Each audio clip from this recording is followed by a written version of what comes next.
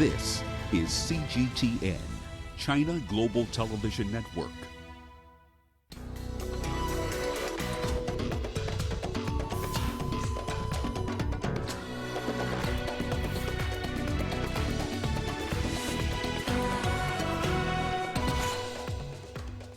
Confirmed cases of coronavirus in the United States surpass 300,000, with more than 8,000 deaths.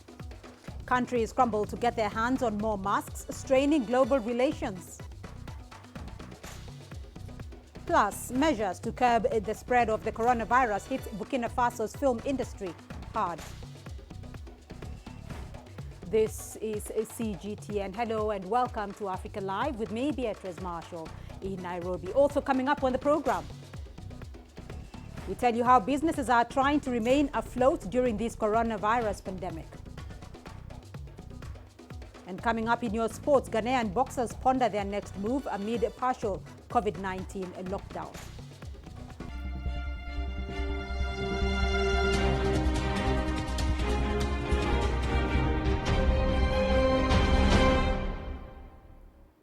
Let's start with the latest on the COVID-19 pandemic. Globally, the number of confirmed cases now surpasses 1.2 million.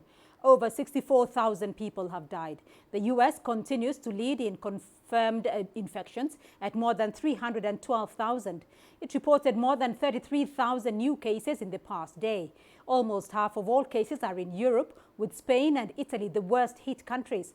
Both countries have seen more than 120,000 confirmed cases each. Iran is the hardest hit in the Middle East, with over 55,000 confirmed cases.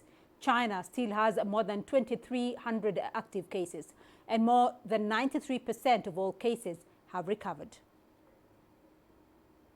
While the situation has deteriorated so badly in the United States, the White House is now preparing the country for the worst. The country has more than 300,000 confirmed cases and over 8,400 deaths. Toby Muse has more. President Donald Trump issued a stark, grim warning to his country Saturday, trying to prepare the United States for what's going to come in the next week or so. As it really gets, this will be probably the toughest week between this week and next week. And there'll be a lot of death, unfortunately, but a lot less death than if this wasn't done, but there will be death. President Trump defended the White House's handling of the crisis, saying that the federal government had been meeting the demand and sending out the necessary supplies to governors and states across the country.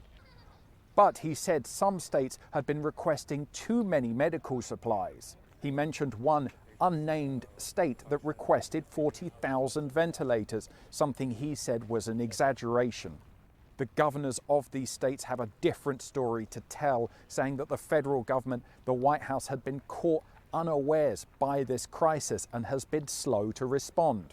President Trump said 1,000 soldiers will deploy to New York State to help that part of the country as it reaches the crisis point. Trump compared it to going into battle. President Trump also said 40,000 Americans had been repatriated on 400 flights from 75 countries from across the planet. Trump also struck an optimistic tone, saying he wants to see the United States get ready to reopen for business. He said he wants to see that happen sooner rather than later. Toby Muse, CGTN, Washington. Meanwhile, the U.S. state hit hardest by the coronavirus is New York.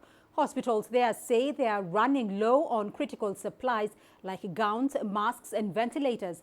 But Governor Andrew Cuomo says the state is getting some help from China. 1,000 ventilators have arrived at JFK Airport, donated by an Alibaba co-founder. CGTN's John Terrett reports. For the second day in a row, New York Governor Andrew Cuomo has been thanking Chinese actors for their part in helping to battle COVID-19 in the state. He was particularly grateful for a donation from China of 1,000 ventilators and other much-needed personal protection equipment. He thanked Joe Tsai, the owner of the Brooklyn Nets basketball team and a co-founder of Alibaba by name, also Jack Ma, a co-founder of Alibaba, and the Chinese Consul General to New York. In his news conference, their names and others appear alongside Andrew Cuomo, as he was keen to point out that the Chinese government in Beijing facilitated the donation. I want to thank Joe Tsai and Clara Tsai and Jack Ma from Alibaba. That's going to be very helpful, and I want to thank Ambassador Wang very much for his help in making all of this happen, because this is a big deal, and it's going to make a significant difference for us. At his news conference in Washington, D.C., President Trump appeared to take some credit for the donation of the ventilators and other PPE supplies.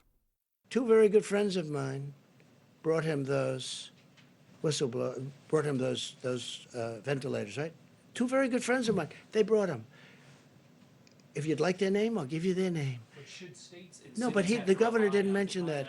It came through the Chinese, the country of China, but they were given by two friends of mine. At the end of his long news conference, President Trump did mention Jack Ma by name. Now, what of the rest of Andrew Cuomo's news conference, apart from the donation coming in from China? The governor confirmed that New York State has 113,000 confirmed cases, more than 3,500 deaths. He said the state is not yet at the apex, but nor is it ready for it. He said the apex, which is the high point of the disease, will come sometime in the next 7 days. John Terrett, CGTN, New York. In Africa, the number of COVID-19 infections are gradually rising. There are now over 8,000 confirmed cases of the coronavirus across the continent. Most countries on the continent have shut down their borders, closed schools and banned public gatherings in a move to curb the spread of the coronavirus. Some have even gone into full or partial lockdowns. Let's take a look at the numbers in Africa as the virus continues to spread across the continent. Let's start off in North Africa, where Algeria still has the highest number of coronavirus cases. Egypt follows closely, with Sudan maintaining the lowest tally. Morocco has nearly 1,000 cases. West Africa has the most countries with confirmed cases. At least 16 cases are affected. Côte d'Ivoire recorded 27 new cases by Saturday midnight. Niger also saw a rise in cases. Burkina Faso still has the most reported number of cases in the region. Elsewhere in the Central African region, Cameroon has the most confirmed cases. In just around 1 month, the country has recorded 555 cases. Chad and the Central African Republic are the only two countries with less than 10 cases each in the region. To Eastern Africa now, where only Rwanda and Eritrea announced new cases on Saturday. The region continues to report the lowest number of confirmed cases. Governments are, however, taking necessary measures to stop the spread of COVID-19. South Africa continues to record a rise in new cases. The country leads the southern part of the continent with more than 1,500 cases. Citizens are observing a 21-day nationwide lockdown in an effort to stop the spread of the pandemic. Healthcare providers in Uganda are encouraging patients to use online medical services while under lockdown. Uganda is enforcing a partial lockdown to contain the spread of COVID-19, and access to health services is increasingly becoming a challenge for some people. Here's CGTN's Hilary Ayesiga with that report. High heels are one of the major problems. Arun Dige, a doctor with Ruby Medical Center, is attending to a client. He's using video conferencing technology. People should take more advantage of this, and as it is a free consultation, they can come up, they can talk to us, they can talk to doctors, and they can take the free advice. And if at all, if it is complicated, obviously we are going to call them, or they can visit great hospitals near them. Using this technology, patients can consult on health issues. Rhoda Nakato, an expectant mother, is upbeat about the service.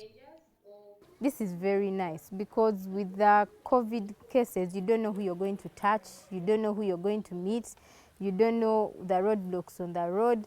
So this is very easier. They've made our work very beautiful. For anyone who is sick, all you have to do is get your MBs, log on to the hospital website, make a video conference. Doctors here say they attend to over 20 patients daily, and the numbers are steadily going up because of the lockdown. Health providers believe the technology is also helping to stop self-diagnosis during the lockdown. One of the challenges that people have now, especially in this lockdown, is resorting to self-medication. And with that, you may get an overdose, you may get the wrong medication, you may get complications that you don't need.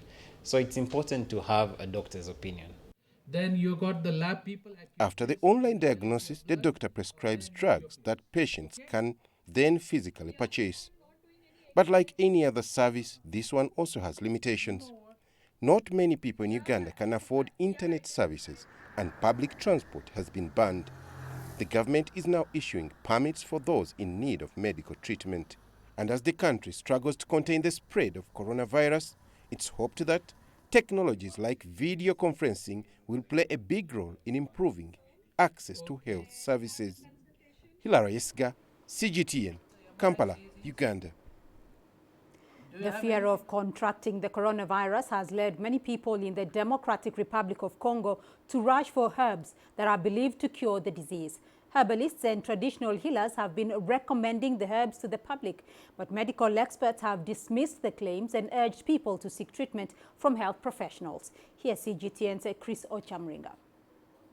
The search for traditional herbs for treating symptoms of COVID-19 heats up on the outskirts of Kinshasa.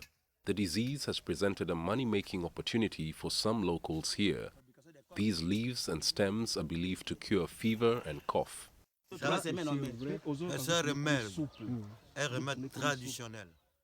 Many Congolese in remote parts of the country have been using them to treat ailments for decades.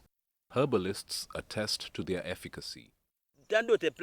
This plant called Inongo can treat the coronavirus. It has very strong medicinal properties. I believe people who use it can get healed very quickly. It could help save humanity.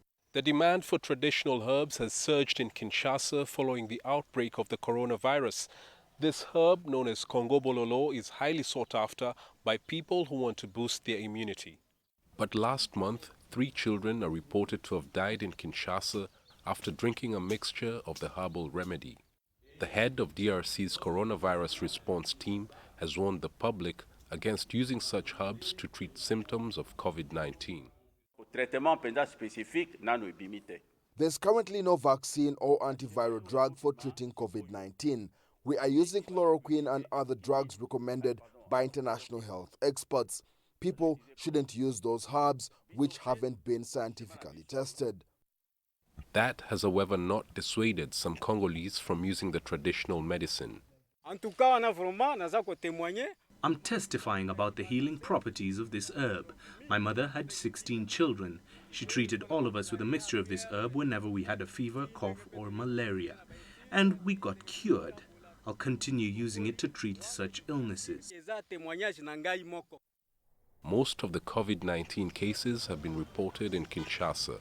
The government has imposed a 2-week lockdown in one of the busy municipalities to stop the spread of the disease. Health officials only hope the population will heed the call to regularly wash their hands and keep a safe distance. Chris Ochamringa, CGTN, Kinshasa, Democratic Republic of Congo. You're watching Africa Live. Still ahead on the program. In northern Nigeria, climate fuels local conflicts over water resources.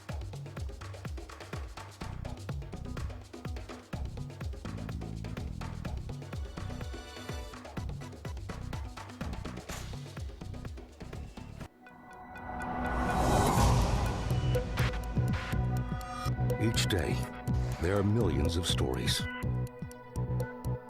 Each one can open new perspectives, new possibilities. Wherever you look, we are there to see, discover, explore. We put the pieces together to find what really matters to you, all around the world, all around the clock. Our reporters are at home across the globe. From our headquarters in Beijing and production centers in Washington, Nairobi, and London, China Global Television Network. Stories from across the globe, reaching people across the globe. CGTN. See the difference.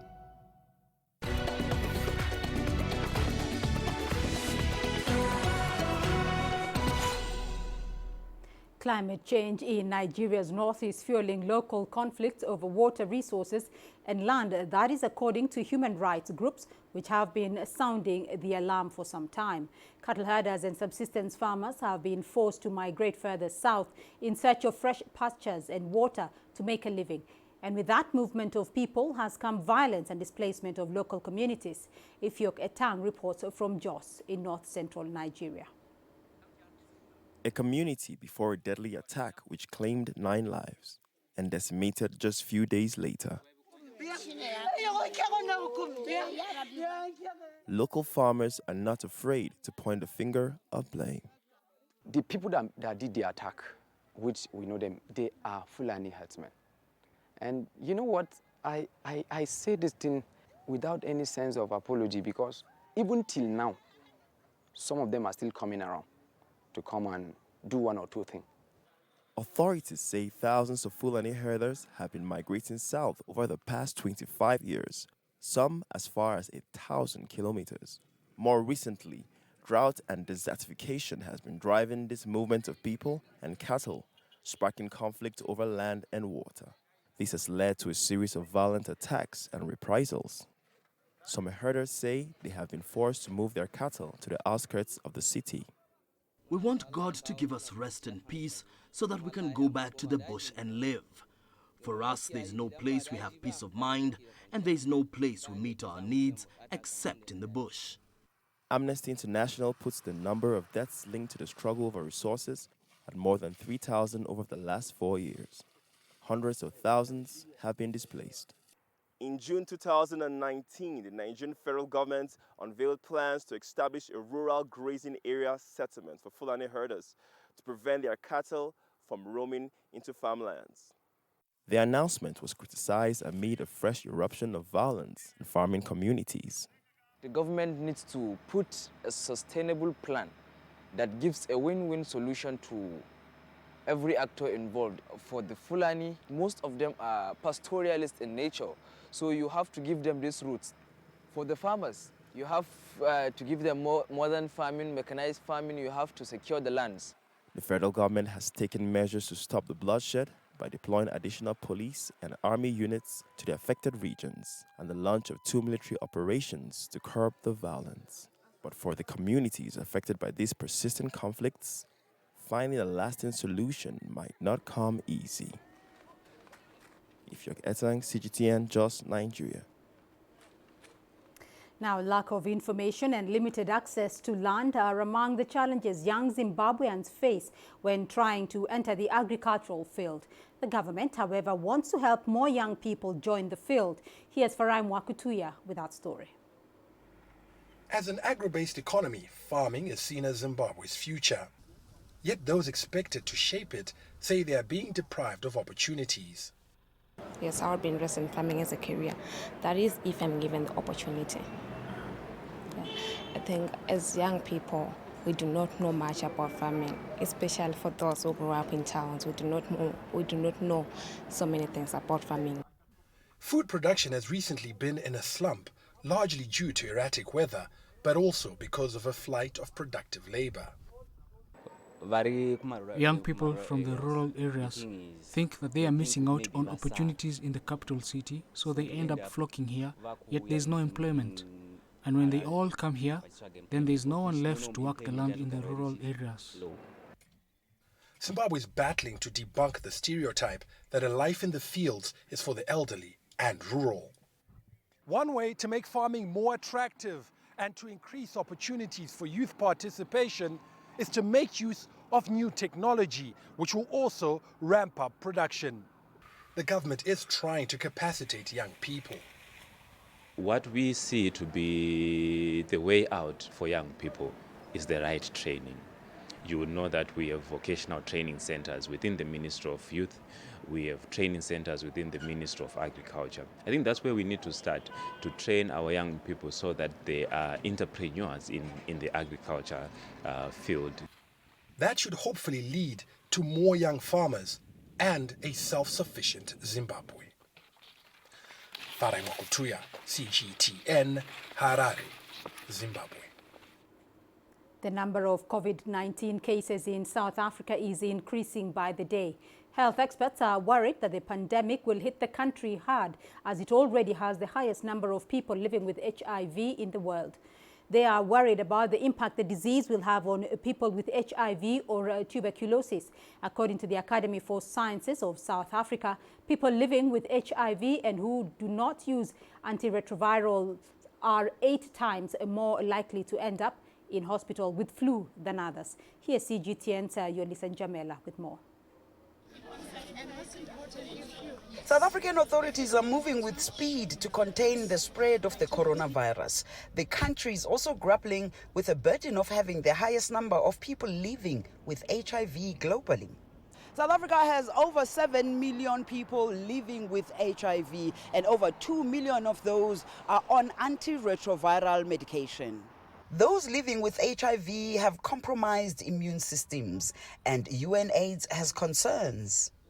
Well, as UNAIDS globally, of course, we're concerned about the pandemic itself and its impact on people, on health systems, and also on the economic consequences. But in particular, because of our mandate as UNAIDS, we're concerned about its impact on people that are living with HIV/AIDS. And they're extremely vulnerable in several respects, and COVID-19 is likely to affect them. UNAIDS is the main advocate for accelerated, comprehensive and coordinated global action on the HIV and AIDS pandemic. I think our concern is that they continue to have access to treatment, those that are getting treatment, and that more people are brought to access medication. As it is right now, we are watching this very closely, but there is no really evidence that has been documented of co-infection between HIV/AIDS and COVID-19. There's a strong belief amongst other medical experts that the experience that South Africa has had over many years in tackling HIV means the country may be better prepared to fight the coronavirus, particularly at community level. I think there are several lessons. One is one that you just mentioned, that over time, in our work with HIV/AIDS, we learned the importance of working with communities to make sure that they manage and monitor and ensure that those affected get the help they need and the support they need, including social, psychological support from families and communities and all. Medical experts have also cautioned that HIV-positive people and those with TB who are not on treatment will likely be at higher risk of worse outcomes if they do contract the coronavirus. Yolisa Njamela for CGTN in Johannesburg, South Africa. Spain is second only to the United States in total infections. Its lockdown has been extended until the end of April, but officials say they are hopeful they've seen the worst. Here's Rahul Pathak with that report. Spain's Prime Minister and his team of experts were cautiously optimistic this week that they are now entering a slowdown phase in their battle against the invisible enemy. Pedro Sanchez paid tribute to the workers at a ventilator factory on Friday and expressed pride in his country's reaction. A day later, he was addressing the nation, calling for the state of emergency to be extended.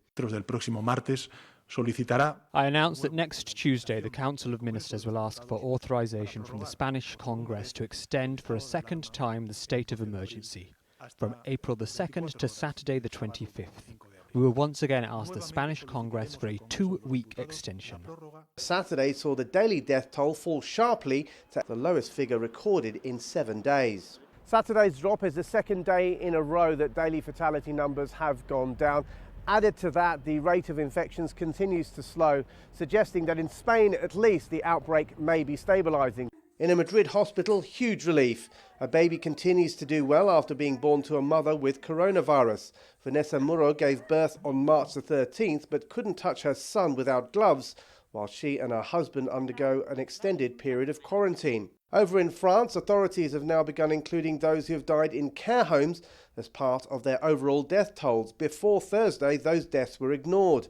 As the figures continue to rise, staff at the Villanova home near Lyon have chosen to remain confined with their residents to offer them round-the-clock care despite the risks. In Germany, the pace of infections has slowed, encouraging signs that social distancing is working. But Germany's Chancellor Angela Merkel has stressed the lockdown will remain in place. Aber es ist definitiv viel zu früh. It is definitely far too early to see a definite trend in this, and even more so, it is far too early to relax the strict rules we have set ourselves at any point soon. Italy may have underestimated their death count. Matteo Via, a researcher from the Italian Institute of Political Studies, believes the mortality rate could be around 6,000 higher than previously thought, as those who've died in care homes have not been tested. But the rate of intensive care admissions has slowed, a huge relief for an exhausted health service. Italy's lockdown has now been formally extended until April the 13th. Rahul Pathak, CGTN, Madrid. China has been sending masks and other medical supplies abroad, but there have been reports of quality issues. Dutch media recently reported that masks from China did not meet quality standards. My colleague Chui Huiao explained what was behind the controversy. We've seen the term mask diplomacy popping up, which implies that China's been trying to gain politically by exporting masks, and now the quality is drawn into question. Let me first explain what is considered a good mask. Now, a number of criteria are used to determine the quality of a mask. Now, the first is the bacterial filtration efficiency, or BFE. This tells you how well the mask filters out bacteria. And to be called a medical or surgical mask, a minimum 95% of filtration rate is required. And according to the US standard, moderate and high protection masks must have a rate above 98%. And there's particulate filtration efficiency, or PFE, which measures how well a mask filters particles. In the same way, viruses will be filtered. Now, the higher the percentage, the more effective the mask is. Other criteria include fluid resistance, which really is about measures the ability to minimize the transfer of fluids within masks, as well as breathability and flammability. Now, based on these, masks are divided into different protection standards. Some are for protection in a daily life setting, while others are designated for medical environments. Now, in the Netherlands case, its health ministry recently claimed that the masks from a Chinese manufacturer did not meet quality control standards. And the government has sent them to hospitals and then had to recall 500,000. But an initial investigation by the Chinese Ministry of Commerce revealed that the masks were not intended to use for medical purpose, as it is clearly labeled on the label before shipment. And just as the US is facing shortages of N95 masks, the Chinese alternative, KN95, were initially blocked for not gaining the approval from the US Food and Drug Administration. Although they did give permission to products from other countries like Australia, Japan, and Mexico. On Friday, the agency finally allowed the Chinese KN95, admitting they're almost identical in performance to N95, despite slight differences in specifications. So as you can see, quality is one thing, standard is another. Just because each country has its own requirements on masks, it does not mean Chinese products are defective. On Thursday, a Chinese Foreign Ministry spokesperson urged the foreign users to carefully examine categories and instructions of their purchases. She calls the speculation of quality problems, quote, not conducive to international cooperation. And China has put in place stricter supervision. China now requires all medical exporters to provide written or electronic medical declarations, a step that wasn't required before. They also need to make sure that their products are in line with the importing country's quality standards. You're watching Africa Live. Still ahead on the program. We'll tell you how businesses are trying to remain afloat during this coronavirus pandemic. Africa is the nexus of enterprise, and global business will tell you why it matters. From the mega investment projects to multi-billion-dollar mergers and acquisitions. Africa today collects, just in terms of revenues from taxes alone, $545 billion a year. If you take 10% of that and you devote it to the energy sector, problem solved. All this on Global Business, weekdays at this time on CGTN.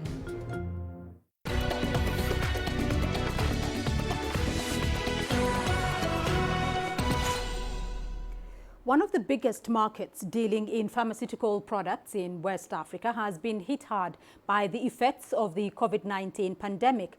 Traders at the Kano pharmaceutical market in northwestern Nigeria say business has been bad since the coronavirus outbreak. Here's Deji Badmus with that story. This pharmacy perfectly reflects the situation at Kano's renowned pharmaceutical market. Retailers from all over Nigeria and across the West African sub-region used to troop in here to purchase drugs, but that isn't the case anymore. Trade at this market has dropped since the coronavirus pandemic spread across Africa. The pandemic has affected most industries in the sub-region, and Kano's 50-year-old pharmaceutical market has not been spared. Because of the situation of the coronavirus, we have been having some challenges.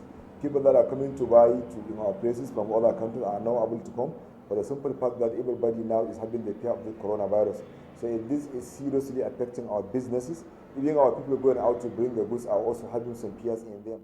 The problem the dealers face actually mirrors that which Nigeria's pharmaceutical industry is grappling with. With almost every part of the world on lockdown, it's been difficult getting supplies. The industry is facing acute shortages of raw materials because our sources of raw material, China and India, were compromised. China first because of the outbreak of the pandemic, COVID-19, and therefore the country was shut down. Subsequently, we were thinking maybe we could route our orders to India. But India also, because of the shutting down of China, decided to restrict its own imports so as to preserve what they have for local use, domestic use. So right now, the industry is having the difficulty of sourcing raw materials. With scarcity now beginning to bite, the prices of available medicines at the Kano pharmaceutical market have gone up. First month that we used to sell 23,000 naira, it ended up going up to 100,000 naira because of the shortage in supply. The normal market trend is that if the shortage in supply, the prices go up. So because of that, things are just going up like that, which nobody is happy about what is happening. The Nigerian government has moved to boost local production of drugs and cushion stakeholders from the effects of the COVID-19 pandemic. The Central Bank of Nigeria is now funding local pharmaceutical companies to get raw materials and equipment to boost local production. And so this focus on the pharmaceutical industry by CBN and the Bankers Committee is a welcome relief, because if everything goes well and we're able to source this funding, certainly we'll be moving our local production, moving local sourcing of raw materials, and we will no longer be as dependent with all the risk that we have had to deal with at this time. At the moment, local pharmaceutical production is estimated at 40%. Post-COVID-19, and with the central bank funding, that figure may go up. And if that happens, pharmaceutical markets like that of Kano may get back on their feet. Deji Badmus, CGTN, Lagos, Nigeria. Now, since the announcement of the first case of the coronavirus in Kenya on March the 13th, strict measures have been introduced to curb its spread.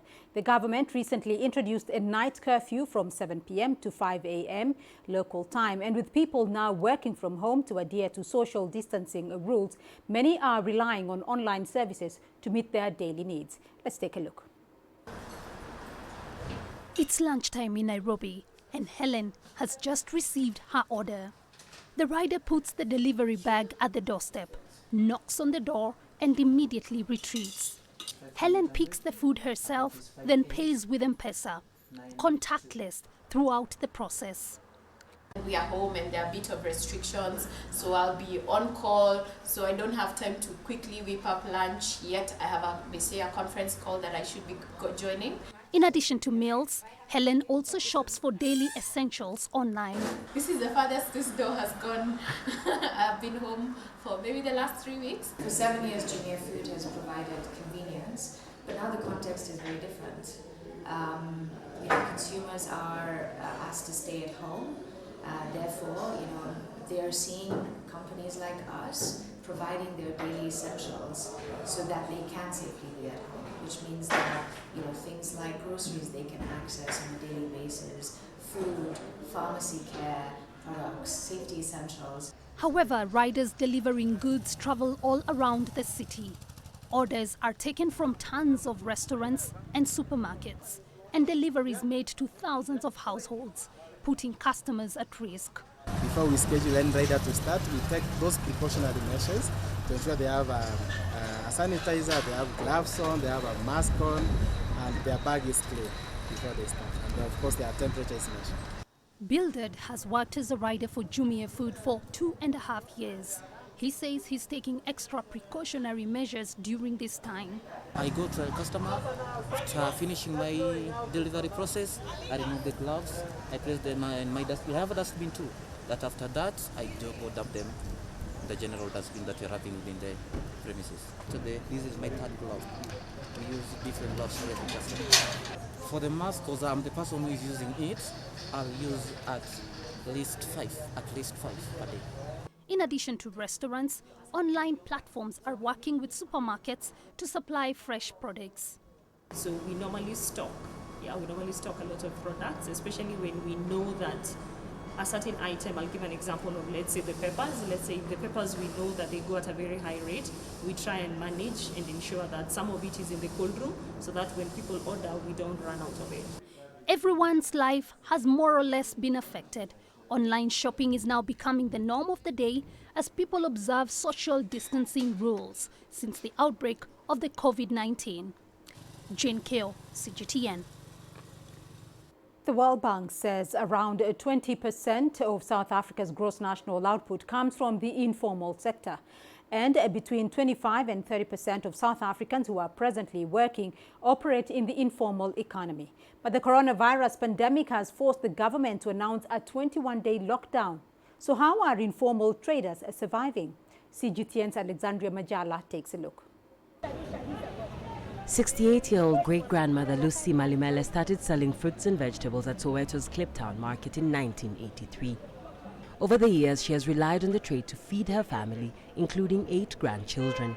Her trading stand was buzzing with activity before the 21-day lockdown started in South Africa. Despite the lockdown, the vegetable trader has no choice but to violate the curfew for her business and family's survival. There is no business, meaning the business is dead, unless I break the law like currently. I say I got some produce which is not allowed, but I went to get it. Being here is not even allowed. Aside from the struggle to put food on the table, a large portion of the population struggles with maintaining hygiene and social distancing. I need food and money to support the children. We also need proper housing. Our toilets are not okay. They are outside and we have to go there in groups. Even the taps we use all at the same time. I don't know how we're supposed to cope during this time. Africa's most advanced economy has announced tax relief for small businesses to cushion financial losses suffered by firms due to the pandemic. These include a new tax subsidy of 500 Rand per month for each worker to employers for the next 4 months, and also permit businesses with revenue of $2.7 million or less to delay paying 20% of their employees' tax liabilities over the next 4 months. But no support has yet been offered to the informal sector, which Statistics South Africa estimates accounts for around 6 to 7% of the economy. Alexandria Majala for CGTN.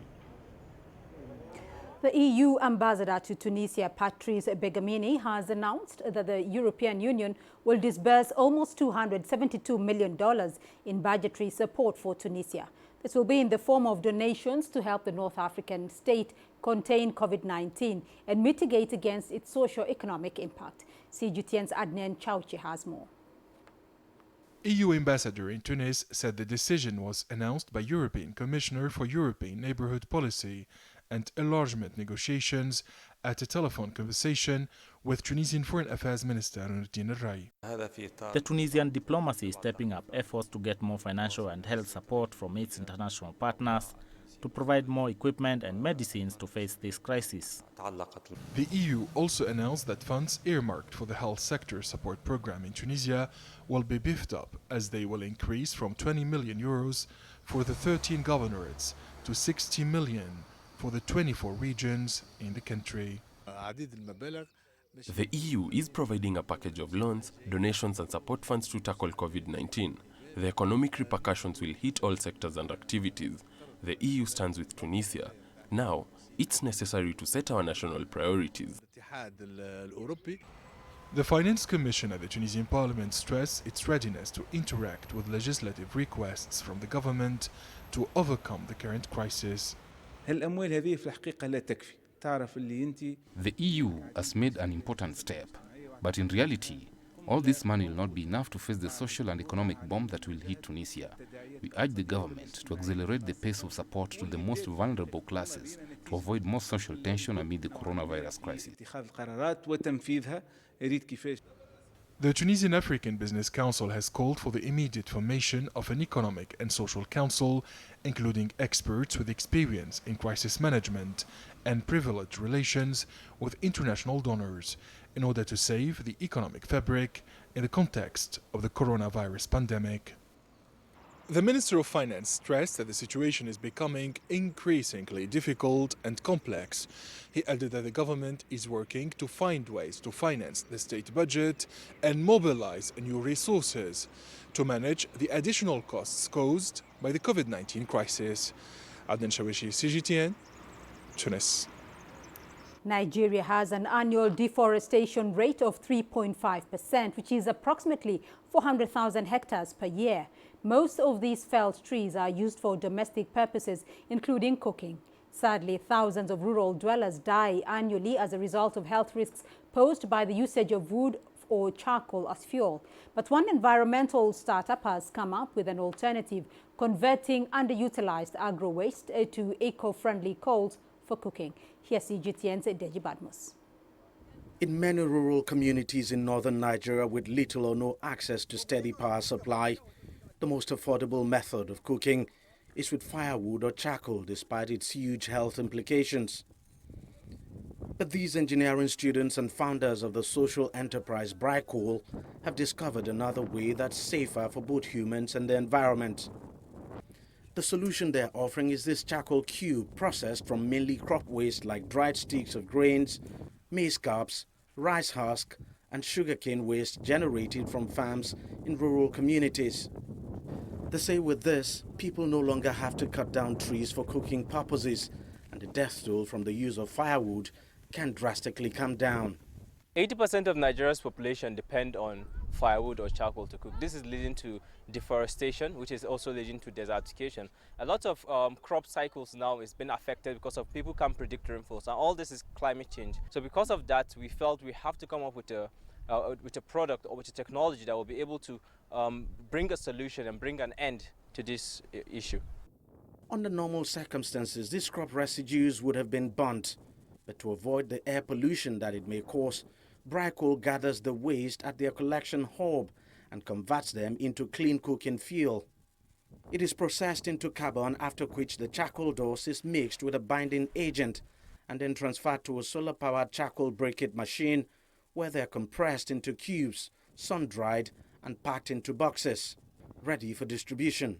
We came up with a reliable and sustainable substitute that will hopefully bring an end to firewood and charcoal use in northern Nigeria. Our goal was to create a substitute to charcoal that does not change the current cooking practices of the rural and even urban communities. We didn't want any form of, we didn't want it to be alien in any form. We wanted it to be similar to exactly the same way they use charcoal, but still create a product that will not be as harmful as charcoal, but still be able to make the impact we're hoping to make. Suleiman and his colleagues are basically making use of the local resources they have to transform their communities, and they have identified about 10 states with potentials where youths can be empowered with this innovation. Where unemployed youths are in Nigeria is in the rural farming communities, and these rural farming communities have abundant crop waste which can be utilized for charcoal briquette production. Looking at the solar penetration of northern Nigeria, it basically just clicked for us, and having an engineering background, we felt that this is the best way to create a technology that will be able to fit with the rural communities. By making it solar powered, they don't need to get electricity, they don't need to buy petrol, they just have to use it, charge the batteries, and it's all good. For many rural dwellers, Coal in a box is an essential commodity that has come to stay. Although these young men still rely on financial support from their university, friends and family, they still nurse the dream of becoming the foremost suppliers of clean cooking charcoal in not just Nigeria, but on the African continent. Deji Badmos, CGTN, Kano, Nigeria. And we still have more news for you here on the program. Here's what's ahead. Measures to curb the spread of coronavirus hit Burkina Faso's film industry hard. Join us in Global Business and see Africa through our eyes. The greatest journeys, the greatest sights, the greatest adventures. Here in Kanata, this weir allows the locals to walk on water. We're far more than just TV news. We're your passport to the wonders of Africa. To bring you stories of struggle, survival and hope.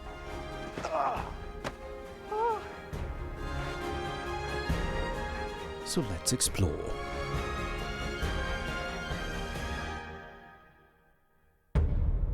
CGTN.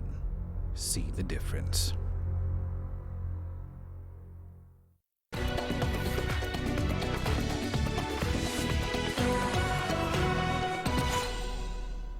To Burkina Faso now, where the film industry is at risk of collapsing after the government banned shows, screenings and imposed a night curfew to help stop the spread of the coronavirus. Let's take a closer look at how the pandemic has affected filmmakers in the country's capital, Ouagadougou. The coronavirus pandemic is slowly killing the hopes of Burkinabe filmmakers.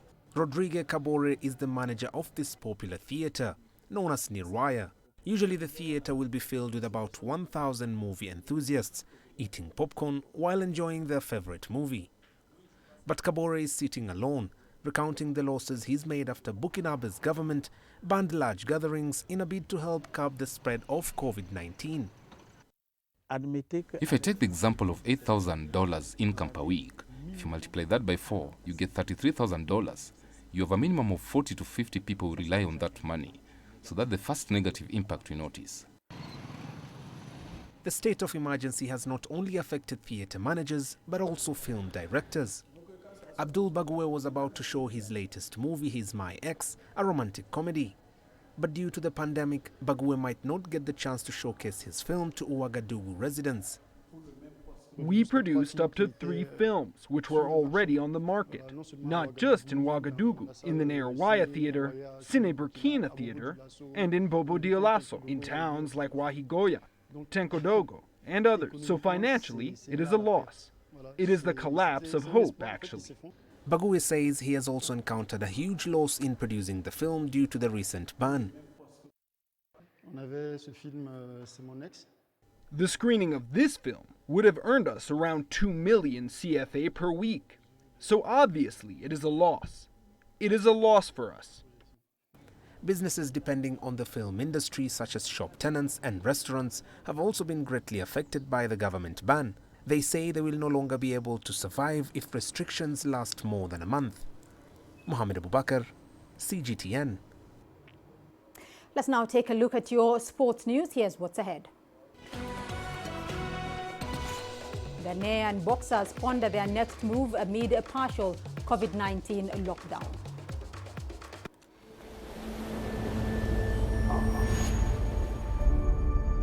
How would you create your legend? On the fields, on the tracks, in the arenas of Africa. Were you born to be a player? Could this moment be yours?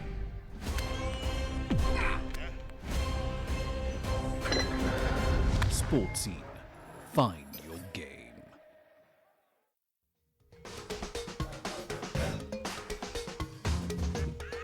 Africa Live. Find your voice.